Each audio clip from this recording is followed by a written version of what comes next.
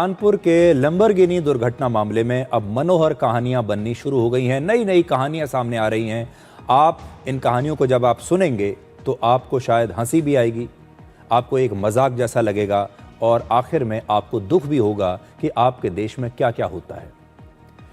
ऐसे हर मामले में जहां कोई अमीर परिवार का लड़का अपनी महंगी गाड़ी में बैठकर जब ये सोचने लगता है कि सारी की सारी सड़क उसकी गाड़ी के लिए एक रेसिंग ट्रैक है, और जब कोई गरीब उसकी गाड़ी के नीचे आता है तो हर बार कहानी एक सी ही होती है, कहानी का अंजाम एक सा ही होता है और पूरा देश ये जानता है कि ऐसी कहानियों का अंजाम क्या होता है। जैसे कई बार आप फिल्म देखने के लिए जाते हैं और फिल्म में इतने घिसे पिटे डायलॉग होते हैं कि डायलॉग से पहले ही आप जानते हैं कि अगला डायलॉग क्या आने वाला है।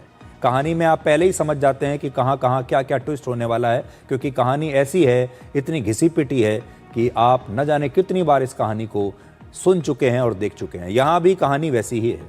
पूरा सिस्टम और महंगे महंगे वकील झूठी कहानियां गढ़कर उस लड़के को बचाने की कोशिश करते हैं हर बार, और सारा दोष किसी गरीब आदमी पर डाल देते हैं। इस मामले में भी एक बार फिर से उसी कहानी का रिप्ले हो रहा है जो आप इससे पहले न जाने कितनी बार देख चुके हैं, सुन चुके हैं। 45 वर्ष के शिवम मिश्रा के पिता और कानपुर के बड़े तंबाकू कारोबारी के मिश्रा ने आज अपने बेटे के बारे में एक बड़ी भावुक और बड़ी मार्मिक कहानी सुनाई और फिर सारा दोष एक गरीब ड्राइवर पर डाल दिया। के मिश्रा ने कहा कि दुर्घटना के समय उनका पुत्र गाड़ी नहीं चला रहा था, बल्कि उनका ड्राइवर ये लैम्बोर्गिनी गाड़ी चला रहा था, और ये घटना कानूनी दांवपेच की ऐसी कहानी बन गई है जिसे आप फिल्मों में और असल जिंदगी में कई बार देख चुके हैं। ऐसे मामले में सबसे पहले तो ये कोशिश की जाती है कि लड़के को ये कहकर बचाया जाए कि गाड़ी ये लड़का नहीं बल्कि ड्राइवर चला रहा था। शिवम मिश्रा के वकील ने भी ये साफ कर दिया है कि गाड़ी शिवम मिश्रा नहीं, मोहन नाम का ड्राइवर चला रहा था। अब आप देखिए कि उनके पिता ने क्या कहा है और वकील क्या कहते हैं। उस गाड़ी में ड्राइवर और शिवम दो लोग थे। जहाँ ये घटना घटित हुई है उसके पास, जब घटना घटित हुई है उसके पहले शिवम को कुछ झपकी आने लगी। ऐसा ड्राइवर को सोचने लगा कि इनको हुआ क्या, झपकी ऐसी लगने लगी, तो उन्होंने उसके एक हाथ छोड़ के शिवम के बीच में हाथ लगाया और साथ में ही, सुनिए, साथ में ही उसके साथ में ही जब पे हाथ लगाया, गाड़ी स्लो हो गई। गाड़ी स्लो होने के बाद में ब्रेक मारा उसने। कब तक एक टेम्पो वाला आ गया, उसने साइड से टक्कर मारी, गाड़ी लेफ्ट साइड रुकी, इन्होंने ब्रेक मारा, गाड़ी ब्रेक से रुक गई। रुक जाने के बाद में फिर वो ड्राइवर ने उसकी अचेत अवस्था देख के परेशान हो गया। तो आपका कहना है कि शिवम गाड़ी चला रहा था, ऑन माइक रिकॉर्ड उन्होंने बोला है। शिवम गलत बोल, मैं सर गलत बोल रहा है। अगर कोई बोल रहा तो गलत बोल रहा, कोई भी बोल रहा, पुलिस बोल रही वो भी गलत बोल रहा, बिल्कुल गलत बोल रहे हैं, ऐसा नहीं। उस गाड़ी को जो ड्राइवर चला रहे थे मोहन जी, उन्होंने कल कोर्ट में एप्लीकेशन दी थी कि हम कोर्ट में सरेंडर करना चाहते हैं। कोर्ट ने आज की डेट फिक्स की थी आख्या मंगाने के लिए थाने से। आज आख्या आई नहीं है, कल की डेट फिर फिक्स हो गई है उसमें। तो जो ड्राइवर गाड़ी चला रहा था उसने हाजिर होकर के अपनी जमानत कराने का प्रार्थना पत्र दिया और गाड़ी रिलीज की एप्लीकेशन भी कोर्ट में लगी है। शिवम मिश्रा का क्या रोल है? शिवम मिश्रा और ड्राइवर दोनों लोग गाड़ी में बैठे हुए थे। जो ड्राइवर गाड़ी चला रहा था उससे एक दिन पहले गाड़ी को बनाने वाले कुछ लोग आए थे और वो उसका ड्राइवर का कहना ये है कि गाड़ी में अचानक साइड से टेम्पो वाले ने टक्कर मारी और उसके बाद बगल में मोटरसाइकिल खड़ी थी, उससे इनकी गाड़ी टकरा गई। तो ये है शिवम मिश्रा के परिवार की और उनके वकीलों की कहानी, और कहानी का जो पहला ट्विस्ट है वो ये है कि शिवम मिश्रा गाड़ी चला ही नहीं रहे थे, उनका ड्राइवर गाड़ी चला रहा था। तो पहली बात तो ये है। ऐसी दुर्घटनाओं में अक्सर लड़के का अमीर और रसूखदार परिवार सहानुभूति पैदा करने की कोशिश करता है और विक्टिम कार्ड खेलता है। वो ये कहता है कि नाइंसाफी तो हमारे साथ हो रही है, हमें अमीर होने की सजा मिल रही है। लैम्बोर्गिनी में गाड़ी में लड़का चल रहा था 10 करोड़ की गाड़ी में, उसकी सजा हमें मिल रही है।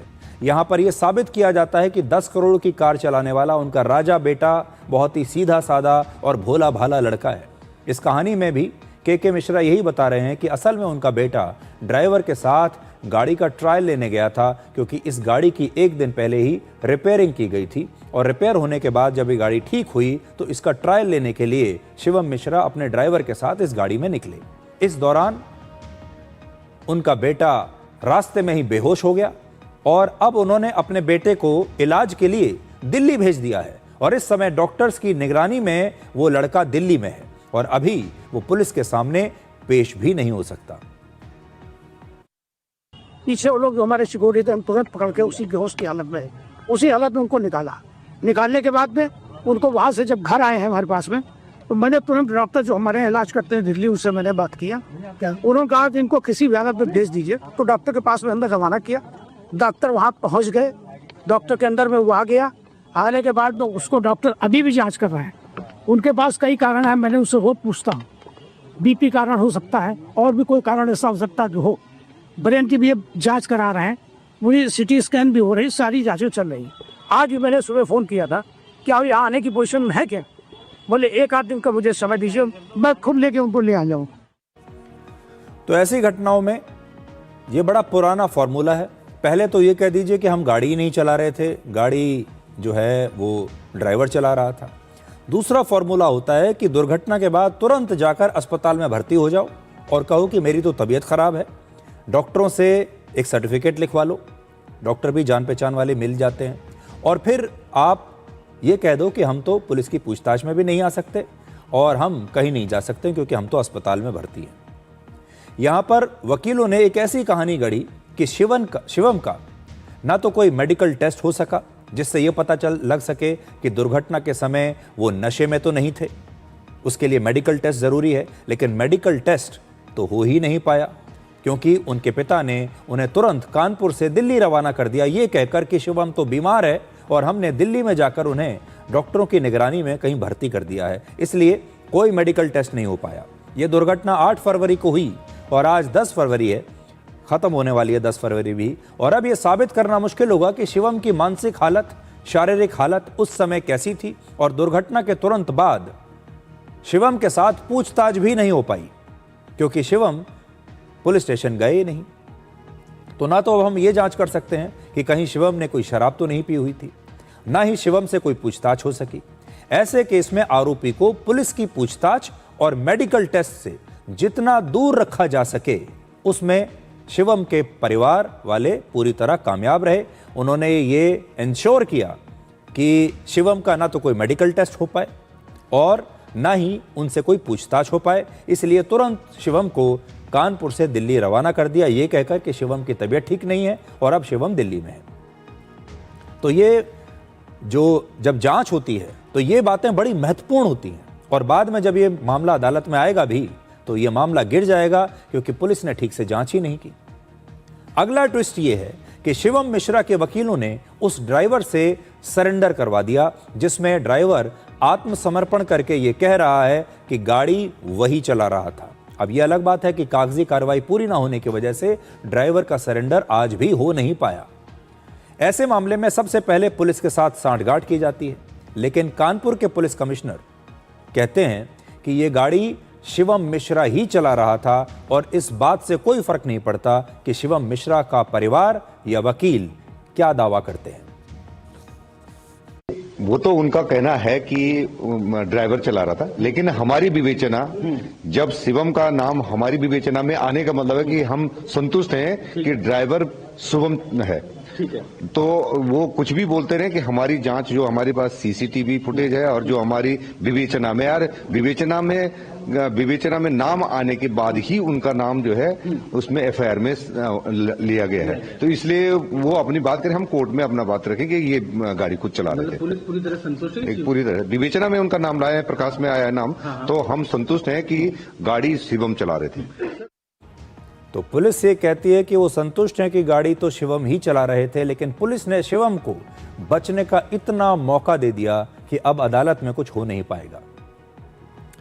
यहां पुलिस की सबसे बड़ी नाकामी यह है कि घटना के बाद पुलिस ना तो शिवम मिश्रा को एक बार भी पूछताछ के लिए थाने ला पाई और ना ही उसकी मेडिकल जांच करवाई गई। कानपुर पुलिस चाहती तो कानपुर से दिल्ली आकर शिवम मिश्रा की मेडिकल जांच कर सकती थी, अस्पताल में जाकर ही शिवम मिश्रा से पूछताछ भी कर सकती थी।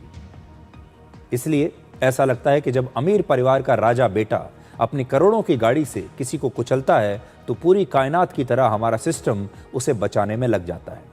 वैसे तो इस दुर्घटना में एक ही व्यक्ति घायल हुआ है और उसे भी कोई खास गंभीर चोट नहीं आई, इसलिए एफआईआर में जो भी धाराएं लगाई गई हैं वो सब बेलेबल हैं, यानी शिवम को बहुत आसानी से थाने से ही बेल मिल जाएगी और पकड़े जाने पर भी शिवम को कोई कड़ी सजा नहीं होने वाली। लेकिन यहाँ खबरें इसलिए हेडलाइन नहीं बन रही क्योंकि अपराध को सिर्फ घटना ही नहीं बल्कि नैतिकता के पतन के रूप में भी देखा जा रहा है। इसमें किसी की जान नहीं गई है, हम भी जानते हैं कि शिवम को कोई ऐसी खास सजा होने वाली नहीं है, कोई कानूनी कार्रवाई भी शायद उसके खिलाफ ना होगी। लेकिन पूरे देश में इस प्रकार के जो लोग हैं, जब ये सड़क को अपना रेसिंग ट्रैक मानने लगते हैं, जब अपने माता पिता के बड़े पैसे से ये रेसिंग गाड़ियां खरीदते हैं, वो मंशा जो है वो बड़ी महत्वपूर्ण है। वरना कानपुर जैसे शहर में 10 करोड़ की रेसिंग कार खरीदकर एक भोला भाला लड़का क्या साबित करना चाहता था। ये लोग सड़कों को अपना रेस ट्रैक से ज़्यादा कुछ नहीं समझते और उनकी गाड़ी की स्पीड इतना ज़्यादा मज़ा देने लगती है कि सड़क पर चलने वाला कोई भी आदमी उन्हें तब दिखाई नहीं देता। जो बड़ी समस्या है आज हमारे देश की, ये कानपुर जैसी घटनाएं जो हैं, इसमें कुछ होने वाला नहीं है। आज नहीं तो कल शिवम छूट ही जाएगा, उसे जमानत मिल ही जाएगी। लेकिन पूरे देश में जो एक दो वर्ग पैदा हो गए हैं, एक अति पैसे वाला वर्ग और दूसरा आम जनता। आम जनता पैदल सड़कों पर चल रही है, अपने बाइक, स्कूटर, मोटरसाइकिल पर चल रही है, किसी तरीके से अपना गुजारा कर रही है। और उसी सड़क पर एक 5-10 करोड़ की रेसिंग कार आती है जो स्पीड से चलती है, जो किसी को समझती नहीं कुछ, और उसके बाद दुर्घटना होती है, उसमें कोई ना कोई गरीब आदमी मारा जाता है और फिर पूरा की पूरा जो सिस्टम है वो इस तरीके से डिजाइंड है कि इन लोगों को कभी ठीक से सजा नहीं मिलती। इसीलिए ये मीडिया का भी कर्तव्य है कि ऐसे मामलों को हमेशा आपके सामने उठाए और आपके सामने आप भी, पूरा देश भी इनका संज्ञान ले।